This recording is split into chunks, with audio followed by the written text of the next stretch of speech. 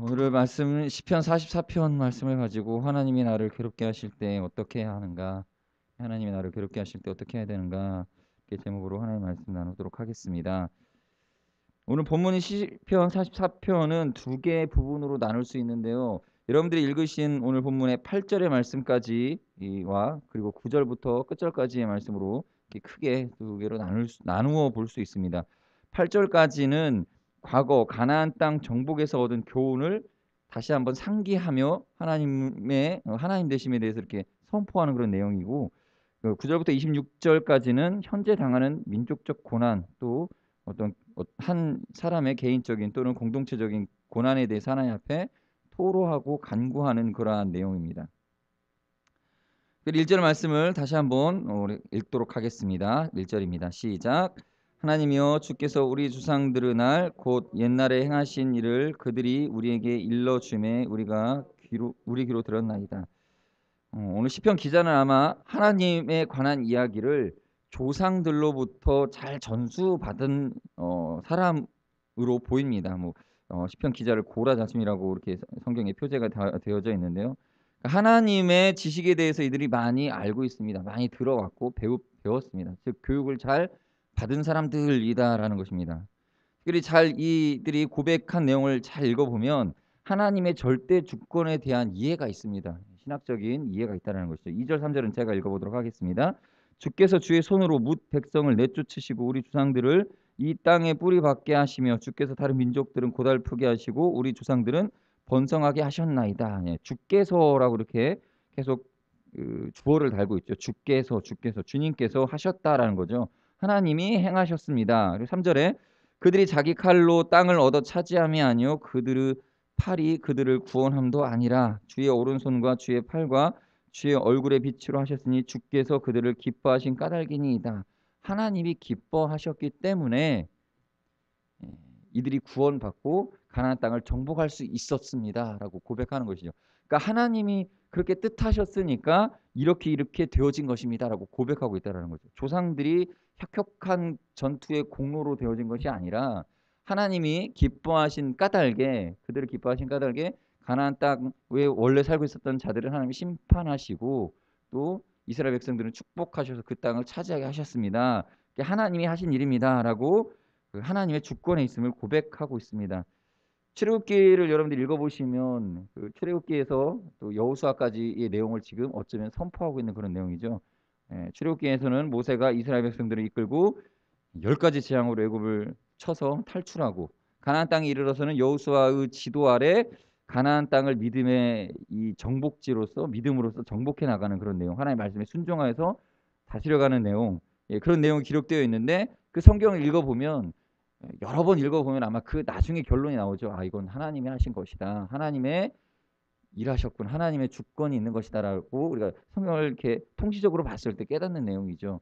그런데 이 지금 성경 시편 기자가 그것을 그렇게 그런 신학적인 관점으로 이해하고 있다라는 것입니다. 그냥 이스라엘 백성들이 그 역사 속에서 역사의 한 내용이다로 기억하는 것이 아니라 그것이 하나님의 주권 속에 이루어진 놀라운 역사였다. 그렇게 이해하고 있다는 것이죠. 종교 개혁가들이 하나님의 말씀을 가지고 신학을 만들었던 것처럼 그렇게 신학적인 체계를 지금 이 사람들도 이 시편 기자가 이해하고 있다는 내용입니다. 그들은 그렇게 하나님이 하신 일을 믿었습니다. 그리고 그 주권자 되신 하나님 앞에 마땅한 태도를 보이는데 7절 8절에 나와 있죠. 7절 8절 우리 다 같이 읽어볼게요. 7절입니다. 시작. 오직 주께서 우리를 우리 원수들에게서 구원하시고 우리를 미워하는 자로 수치를 당하게 하셨나이다. 8절. 우리가 종일 하나님을 자랑하였나이다. 우리는 하나님의 이름을 영원히 감사하리이다. 아멘.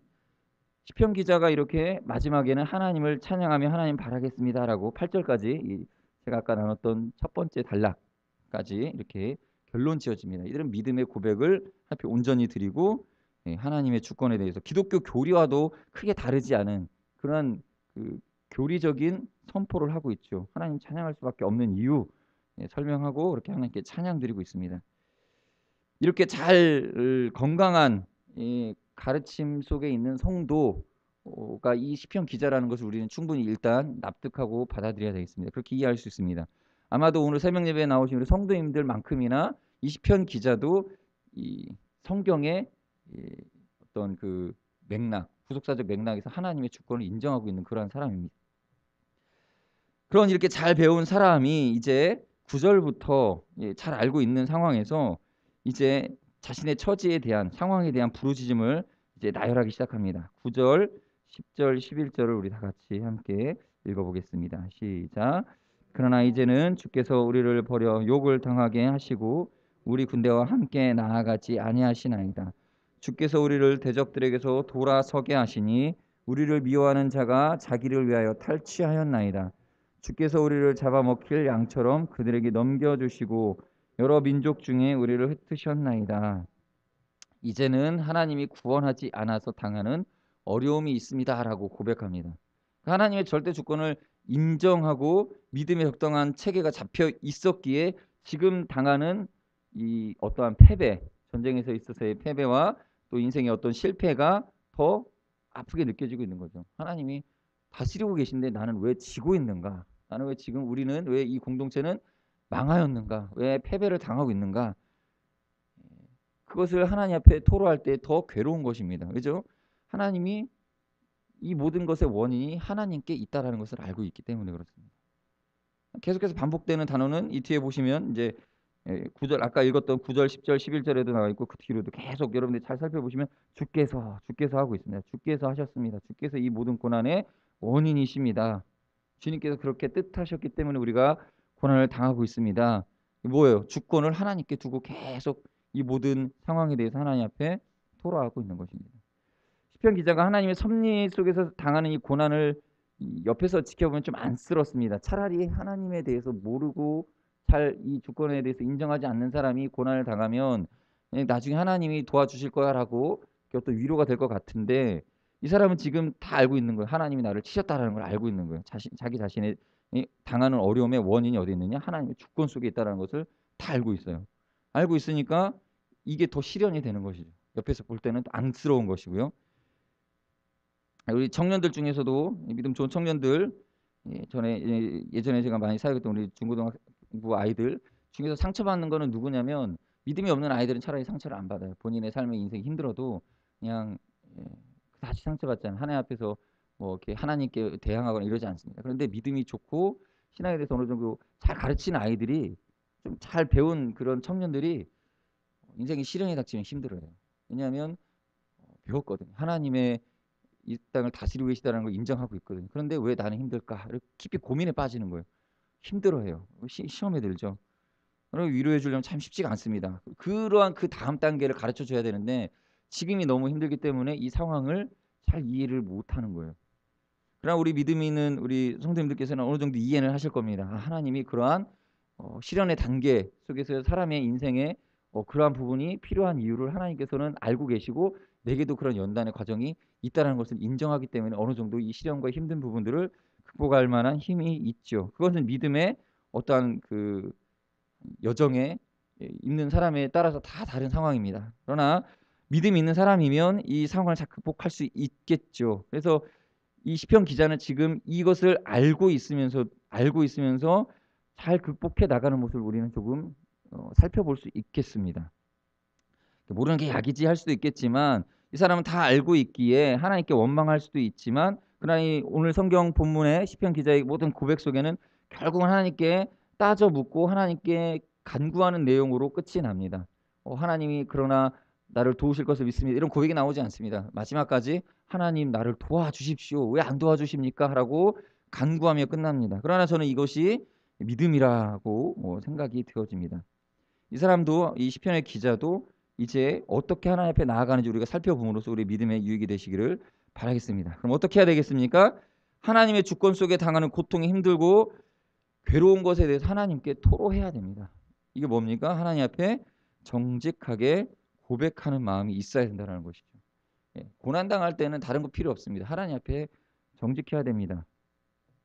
어려움이 있습니까? 그러면 어려움이 있다면 그 연단의 과정 속에서 하나님께 괴로움을 하나님 앞에 구해야 됩니다. 하나님 앞에 하나님만이 나를 도와줄 수 있습니다라고 고백하며 정직하게 나아가야 됩니다. 그러니까 어려움을 당하고 시련을 당하고 시험을 당할수록 이 마음 가운데 멘탈 가운데 악한 마귀의 역사일 수도 있겠죠. 자꾸 우리를 넘어뜨리려고 하는 부분 중에 하나가 무엇이냐면 정직함을 떠나게 버리게 만듭니다. 힘들고 어려우니까 이 힘들고 어려운 것에 대해서 직면하지 못하게 만듭니다. 그냥 피해. 그래서 사람들이 어떻습니까? 안 믿는 사람들은 그 당하는 어려움을 그냥 애써 외면하려고 하죠. 그래서 다른 것들에 치중을 합니다. 막 술을 마셔가지고 취해버리자, 잊어버리자, 직면하기가 싫은 거죠. 그래서 바라보고 싶지가 않은 거죠. 그래서 사람들에게 자기 자신의 그 정직한 모습을 드러내지 않으려고 하고 숨기려 하고 또 자기 마음도 덮으려 하고 그래서 그 문제가 계속 문제될 수밖에 없는 상황으로 몰고 가게 됩니다. 넘어지게 되겠죠. 어떤 아프리카 선교사에게 기독교 방송의 뉴스의 기자가 질문을 했습니다. 이렇게 인터뷰를 했습니다. 선교사님, 아프리카 선교하시면서 가장 힘든 게 무엇입니까? 이 선교사님이 고백을 하는 거예요. 솔직히 말해서 그 말라리아가 가장 힘듭니다. 말라리아. 왜 말라리아가 어렵습니까? 이 신문 기자는 모르는 거죠. 왜 힘든지. 근데 이 사람은 걸려본 사람이기 때문에 알아요. 너무 아픕니다. 말라리아에 걸려서 이 열을 앓고 몸에 오는 통증이 있는데 이게 너무 고통스럽다라는 거예요. 여러분들 말라리아 걸려보셨습니까? 우리 한국에서 걸리는 말라리아는 그다지 그렇게 문제가 되지 않는다 그러더라고요. 약 몇 번 먹으면 낫는데 아프리카에 걸리는 아프리카에서 걸리는 모기에게서 옮겨지는 이 말라리아는 상당한 통증이 있다고 합니다. 말라리아가 알을요 사람의 피 안에 있는 그 적혈구 안에다가 이렇게 그 알을 넣는데요. 그러면 이 적혈구를 나중에 이 말라리아 유충이 적혈구를 찢고 나온대요. 그러면 이 적혈구가 찢어진 적혈구가 생기는 거예요. 그러면 이게 피가 엉기게 되겠죠. 피가 잘 흐르다가 흐르지 않게 되고 엉깁니다. 그래서 이 뇌혈관 이런 데 막혀가지고 문제가 생긴다는 거예요. 굉장히 고통스러운 병입니다. 이 선교사가 이렇게 고백합니다. 가장 힘든 게 내가 걸린 말라리아입니다. 다른 사람 걸린 거는 내 아픈 게 아니라는 거예요. 자기가 걸렸는데 내가 걸리는 것만큼 고통스러운 게 없대요. 자기가 말라리아 걸리니까 자기 몸도 아프고 가족들도 힘들어지고 선교 사역도 힘들어지고 모든 게 힘들다라는 거예요. 이게 정직한 고백이 있는 것이죠. 그래서 뭘 요구합니까? 하나님, 내가 안 아프게 해주십시오. 내가 아프지 않게 해주십시오. 여러분 우리가 힘든 게 뭡니까? 내가 아픈 거예요. 내가 문제가 뭐니까 혹여나 나에게 있는 문제로 인해서 내가 고통당하는 것이 가장 힘든 거죠. 그러니까 하나님 앞에 고백해야 된다는 것입니다. 하나님 앞에서 살려달라고 고백해야 됩니다. 다른 사람 아픈 것에 대해서 우리가 잘 이해 못할 수도 있습니다. 그러나 우리 아픔에 대해서만큼은 정직해져야 된다는 거죠. 하나님, 내가 병에 걸렸습니다. 여러분 우리가 아픈 게 뭡니까? 왜 아픕니까? 아픔이라는 거 왜 생기냐면요. 문제가 있는데 문제가 밖으로 표출되어져야 되는데 표출되지 않는 문제들은 하나님께서 몸 안에서 증상으로 특별히 통증으로 그것을 알게 하시려고 아픈 것이죠. 그 통증이 느껴지는 아픔만큼 심각한 건 없겠죠. 아픈 건 뭡니까? 아프다라는 것을 느끼고 이해한다라는 건 뭡니까? 이게 깨닫게 되고 알게 된다라는 거죠. 그래서 이게 은혜죠, 사실. 신호죠. 몸이 아픈 것은 몸에 있는 문제에 대한 신호로서 통증이 오는 것이죠. 그게 은혜입니다. 만약에 우리가 솔직하게 우리의 문제에 대해서 고백하지 않으면 아픔이 생긴다라는 거고 또 아픔이 생길 때에 우리 입술에서 터져 나오겠죠. 아프다. 문제가 있습니다. 뭔가 잘못되었습니다. 고백하게 될 때 그 의사들도 진단할 때 뭡니까? 어디가 아픈지 알려고 눌러보지 않습니까? 어디가 아픈 건지, 어디가 문제 있는지. 그래서 아픈 부위가 나오면 그때서 이제 이게 문제가 진단이 되는 것이죠. 정확하게 말하게 되는 것이죠. 그러면 그때부터 회복이 된다는 것입니다. 우리에게 가장 필요한 건 뭡니까? 아프면 아프다고 말하는 진단에 하나님 앞에 진단받는 거예요. 그래서 하나님 앞에 내어놓는 것이죠. 이 시편 기자 오늘 힘듭니다. 아픕니다. 그래서 하나님 앞에 고백하는 것이 20절 21절 제가 읽어보겠습니다. 20절 21절입니다. 우리가 우리 하나님의 이름을 잊어버렸거나 우리의 손을 이방 신에게 향하여 폈다면 하나님이 이를 알아내지 아니하셨으리까 무르추는 마음의 비밀을 아시나이다. 지금 아픈데 하나님이 다 알아내실 것 아닙니까? 라고 고백하는 것이죠.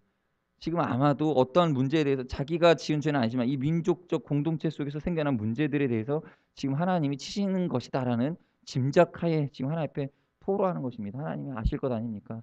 그렇다면 하나님이 해결해 달라고 고백하는 것이죠. 이러한 정직한 고백, 힘들수록 정직해져야 됩니다. 힘들수록 아플수록 하나님 앞에서 정직해져야 되죠. 그래야 문제가 해결받을 수 있습니다. 두 번째로는 이 서운함이 있습니다. 여러분 우리가 하나님 앞에서 하나님이 나를 치셨다라는 느낌을 받을 때에 이 서운함이 있죠. 이것을 극복해야 됩니다. 빨리 극복해야 돼요. 예. 그건 서운함으로 가라앉혀 놓고 있으면 안 된다는 것이죠. 하나님이 우리를 향해 무서운 표정으로 바라보시는 거, 대적의 편에서 계신 모습을 상상하는 것 이게 싫죠. 그러한 하나님의 목소리, 하나님의 그러한 표정을 우리가 인상으로 느낄 때에 괴롭죠. 그때 하나님께 서운함이 느껴집니다. 어린아이에게 있어 최고의 위기는 언제죠? 어린아이는 친척, 삼촌이나 형이 괴롭히고 혼낼 때 위기가 오는 것이 아니죠. 아빠가 혼낼 때도 위기가 아닙니다. 누가 언제가 가장 큰 위기입니까? 엄마한테 혼날 때죠. 예. 뭐 삼촌이나 누가 혼내면 그냥 외면해 버리고 그냥 엄마한테 달려가면 됩니다. 그래서 엄마한테 이렇게 안기면 거기서 게임 끝이죠. 그런데 이 아이가 가장 갈등하는 순간이 언제죠? 엄마한테 혼날 때. 엄마한테 혼나면은 이거는 어디 갈 데가 없는 거예요. 아빠한테 갈 수 있으니까 아빠가 못 믿었죠. 예. 엄마밖에 없는데 엄마한테 혼나면 그 순간은 온갖 갈등이 다 떠오르게 됩니다. 그래서 펑펑 울면서 다시 엄마한테 달려갑니다. 엄마가 때리는데 엄마한테 그냥 화락 안겨버리죠.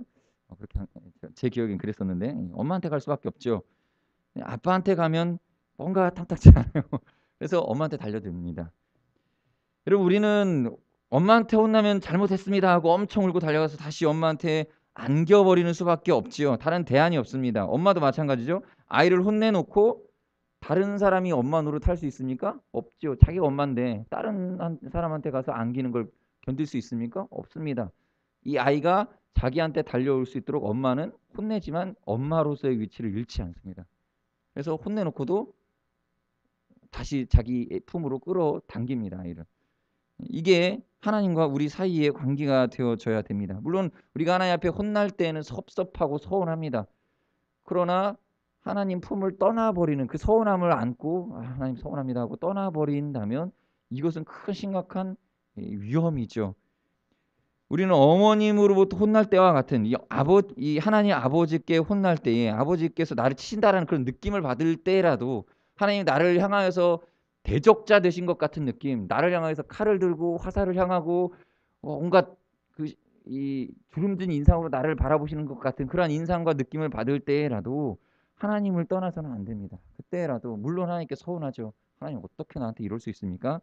그러나 그럴 때라도 하나님을 향하여서 달려가 안겨야 된다라는 것입니다. 24, 25, 26절 마지막 절에 이 시편 기자는 계속 원망을 하다가도 다시 하나님 품으로 안기며 이렇게 하나님께 기도합니다. 다 같이 읽어보겠습니다. 24절부터 시작. 어찌하여 주의 얼굴을 가리시고 우리의 고난과 압제를 잊으시나이까. 우리의 영혼은 진토 속에 파묻히고 우리의 몸은 땅에 붙었나이다. 일어나 우리를 도우소서. 주의 인자하심으로 말미암아 우리를 구원하소서. 아멘. 역시 원망이고 기도이든 어떤 부르짖는 탄식이든 무조건 하나님 향해야 됩니다. 하나님 가까이에서 하나님 음성 들려오는 그 가까운 거리, 하나님의 손에 붙들려 있는 상태에서 이 다시 하나님 앞에 기도하게 되는 그런 은혜를 맛보신 우리 성도님들 되시기를 바라겠습니다. 기도하겠습니다. 같이 기도하실 때에 자 광고 말씀 먼저 전하고 같이 기도하겠습니다. 우리 담임 목사님 어머니께서 좀 몸이 많이 안 좋으셔서 위독하셔서 다시 병원에 입원하셨습니다. 우리 어머님 위해서 기도해 주시고요. 그리고 또 우리 장석순 권사님 무릎 관절 수술이 오늘 있습니다. 이것을 놓고도 함께 기도했으면 좋겠는데요. 먼저 우리 같이 기도하실 때는 오늘 들은 말씀을 가지고 같이 기도하시겠습니다. 우리 성경을 통해서 역사 속에 계시는 하나님에 대해서 우리가 먼저 잘 알게 하시되 하나님의 주권과 하나님의 섭리에 대해서 더 우리 지식적으로 부족함이 없이 알게 해달라고 기도하시고 또 하나님 앞에서 솔직한 고백 속에 아픔을 하나님께 아뢰이고 또 서운한 마음이 하나님께 들더라도 하나님 곁에서 해결받는 하나님 품에 거하는 믿음을 갖게 해 주시옵소서. 먼저 이러한 기도 제목으로 같이 기도하시겠습니다.